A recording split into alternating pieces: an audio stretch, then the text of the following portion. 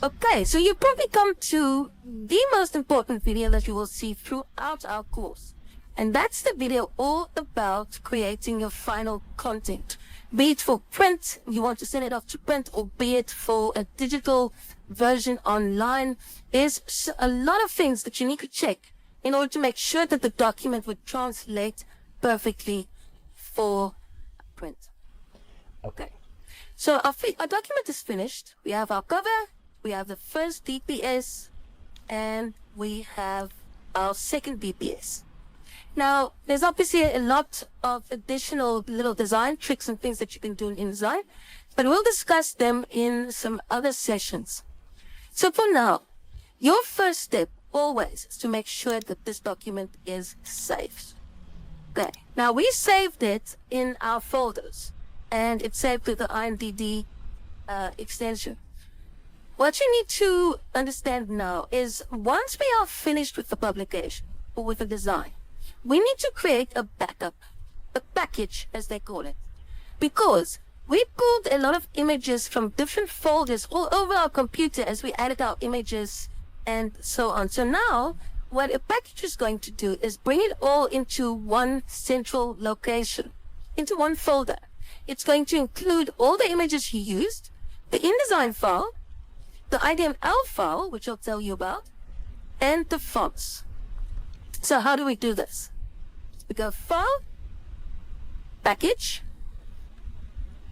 and we look over here, and we'll give us some warnings if, for instance, in this case, we used RGB color space. Remember when I showed you how to convert it to CMYK? So we'll, if it was print, we'll have to go back and make them CMYK in a program like Photoshop. But I'm going to push on.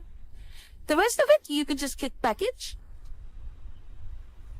and we'll ask you, where do you want to save this package?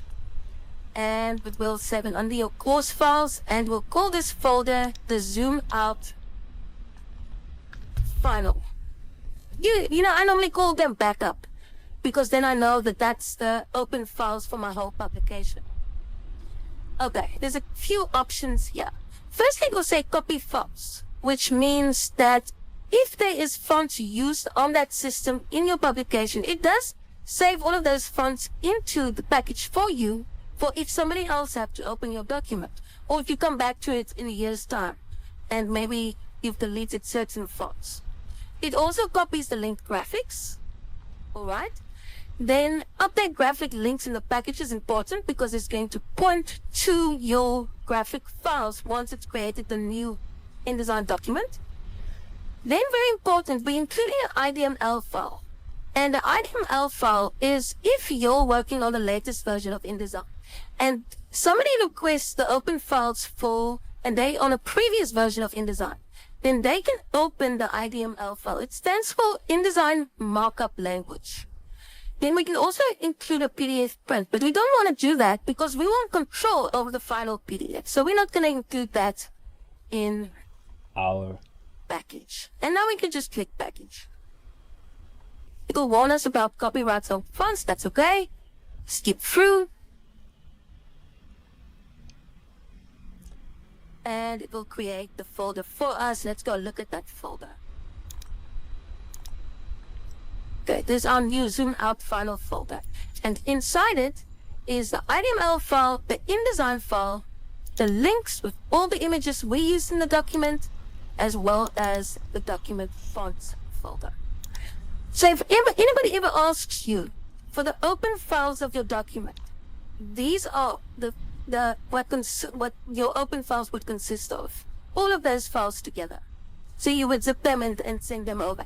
You can't just send the InDesign file because that does not include all the images that you placed in the document. So remember that. Also, if you keep working with the document afterwards, rather go open your backup version or your packaged version if you want to continue making changes, because then you know everything is in one central location. Okay, so we made the package, but we still don't have the final file for print. Before we do, remember what I said in the beginning about links and image resolutions? Now's the time to check them. So if I open my links panel from window links, I can see all of the images used throughout the document. And I can see that little yellow number is a way for you to click and jump to where that image is used. Now remember we said all images should be over 300 dpi. Sometimes you can get away with over 200 dpi, that's fine as well. But clicking through my links now, I can check what is the effective dpi. Okay, that first one is well over 300. It's 1,400, correct. Go to the next one. Check it. This one is 788, fantastic. That's great. This one is 788. That one is 306. And so on and so on. We might find that some of them is lower resolution than it needs to be. Let's look at this one, for instance. Look at that. Effective PPI is 271 on the cover. So we would rather want it as 300, but we can't change it. We might have to look for a different cover. But 271 should be good enough for this. Also, before you do the PDF, make very sure that there's no yellow triangles or red stop signs with question marks in here, which means your images has been updated or can't be found.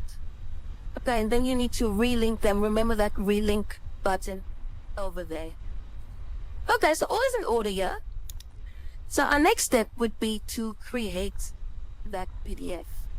And we do that from the File menu, and we go to Adobe PDF Presets. And from here, we choose what quality PDF we want to create. If this was simply a PDF that's going to be sent by email as a low resolution version, we would do smallest file size. But be careful, don't send that one to print. It will be pixelated because it creates digital downscaled images and the quality won't be good enough. We always use press quality. You can use press quality 99% of the time and know that the print will be perfect.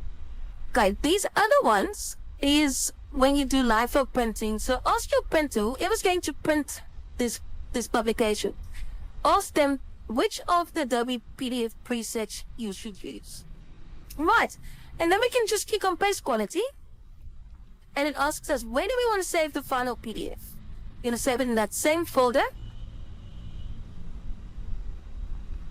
And now it's going to ask us a few more things about the document. What is important is which pages do you want to export? In our case, we've got 5 pages here. So we want to export all of those pages. So we'll just say all. If you were just exporting page 1 to 3, we could have said 1 to 3. Okay, we're doing all of that. Are we exporting them as separate pages or spreads? This is a very good question. If it's going to print, you're not going to make the PDF as spreads. The reason we would do spreads is to show the client what the 2 pages, the facing pages, actually looks like on the DPSs. But in the case of sending it to the printers, we're just doing individual pages. So remember the difference. That is purely so that you can see what the final product looks like, while this is for your print going to the printers. I'm going to do spreads so that you can see what it looks like. The other options here is not important at the moment. We'll get into them when we do the advanced chapters. The other thing on the left that's really important is marks and bleed. Remember when we added that bleed to the outside of the document? We now need to include it in the print version. So we click here on Use Document Bleed Settings, and it brings that 3mm bleed space on the sides of our pages into the final PDF. You can also add printer marks. If anybody ever asks you for printer marks, this is what they look like. You might have seen them in magazine ads and so on. So it adds these crop boxes and crop marks and registration marks and color boxes, and it just helps the printer to see exactly how the color works, where to tuck the document, and so on. Okay, so you can add them over here. By default, I never use them. Okay, you might use just crop marks, for instance, but most of the printers will say to you they don't want those. Something else you can do on the left-hand side is set security on your document. So you can password protect it so that the person that opens it needs a password, and that way you can make the file more secure. So you can require password for open, or you can require password if somebody wants to edit or print the document. You've seen this a lot with financial documents and things that the insurance companies and so on use. And that's really all that we want to do at the moment. The compression is set by default, so we don't have to worry about that. And then we can export our PDF.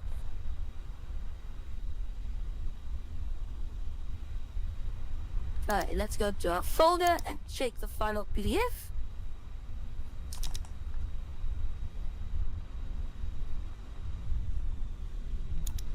And there you go.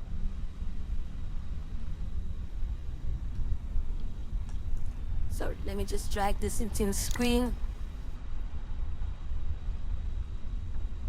Good. And there is our cover. And because we selected spreads, the second 2 pages is shown together. And the last 2 pages as well. Okay, and there is your very first PDF. Well then, that whole file is now sent off to the printers. Now, a little tip for you. Things can go wrong in the printing process, or you might have missed certain little mistakes. Always ask for a proof. Before you go and print 5,000 copies of your design, a proof is a printout which you then need to approve that comes from the printer, and whatever is signed off there, if they make mistakes after that, it's their fault. So always cover you in case something like that happens. Right, and now we just make sure our document is saved and we are done. So in the next session, I'm going to focus on more of the design tools, some of the tools we haven't worked with in here that can really help you to enhance your design. So I'll see you just now.